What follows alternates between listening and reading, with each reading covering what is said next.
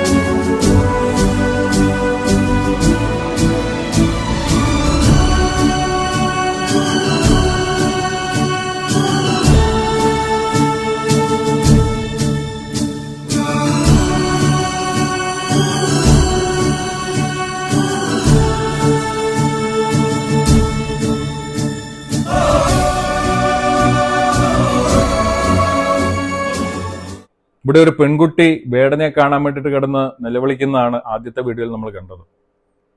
അവിടെ വേടൻ programme cancel ചെയ്യാൻ വേണ്ടിയിട്ട്, കാരണം വേടൻ്റെ കൂട്ടത്തിലുള്ള ഒരു ടെക്നീഷ്യൻ അവിടെ വെച്ച് മരണപ്പെട്ടു പോയി. പക്ഷേ ഇവർക്ക് വേടനെ കണ്ടേ പറ്റുള്ളൂ. ജനക്കൂട്ടത്തിൻ്റെ മാനസികാവസ്ഥയെ. അപ്പം വേടൻ എന്താണ് ചെയ്തുകൊണ്ടിരിക്കുന്നത്? ആദ്യത്തെ വേടൻ്റെ പ്രശ്നം ദളിത വിഭാഗത്തിൽ പെട്ടതുകൊണ്ട് എന്നെ എല്ലാവരും അടിച്ചമർത്തിക്കൊണ്ടിരിക്കുകയായിരുന്നു. എനിക്ക് ഒരുപാട് മോശമായിട്ടുള്ള അനുഭവങ്ങൾ ഉണ്ടായിട്ടുണ്ട്, കറുപ്പിൻ്റെ പേരിൽ അകറ്റി നിർത്തിയിട്ടുണ്ടെന്നൊക്കെയാണ്. അപ്പോൾ എൻ്റെ ഒരുപാട് കൂട്ടുകാരുണ്ടായിരുന്നു ദളിത കുടുംബത്തിൽ നിന്നും വരുന്നവർ. അപ്പം അവരെയൊന്നും ഒരു രീതിയിലും എൻ്റെ മനസ്സിലൊരു വേർതിരിവുണ്ടായിട്ടില്ല, ഒരിക്കൽ പോലും ഉണ്ടായിട്ടില്ല. അവരൊക്കെ ഇന്ന് പല പല മേഖലകളിൽ ഉയർന്ന ഉദ്യോഗസ്ഥന്മാരായിട്ട് ജോലി ചെയ്തുകൊണ്ടിരിക്കുന്നതാണ്. നമ്മുടെ സർവ്വ സൈന്യാധിപയായിട്ടുള്ള ദ്രൗപദി മുർമു, നമ്മുടെ പ്രസിഡന്റ്, ദളിത കുടുംബത്തിൽ നിന്നും വന്നിട്ടുള്ളതാണ്. ഇപ്പം ദളിതർക്ക് ഇവിടെ അവസരങ്ങളില്ലേ, ഉയരാൻ വേണ്ടിയിട്ടുള്ള അവസരങ്ങൾ? എന്നോ കാലഹരണപ്പെട്ടു പോയിട്ടുള്ള കുറേ കാര്യങ്ങളാണ് ഇവിടെ പൊക്കിപ്പിടിച്ചുകൊണ്ട് നടക്കുന്നത്. അപ്പം ആദ്യം അയ്യങ്കാളി, ഉറപ്പായിട്ടും അയ്യങ്കാളി സാംസ്കാരിക നായകനാണ്.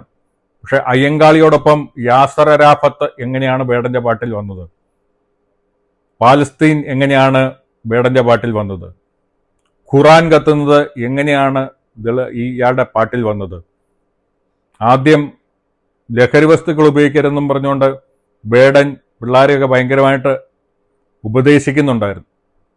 ഇപ്പം വേടൻ പറയാണ് എന്നെ മാതൃകയാക്കരുത്. അപ്പം ലഹരി വസ്തു ഉപയോഗിക്കുന്നുണ്ട്. ഈ പാട്ട് കേൾക്കാൻ വരുന്ന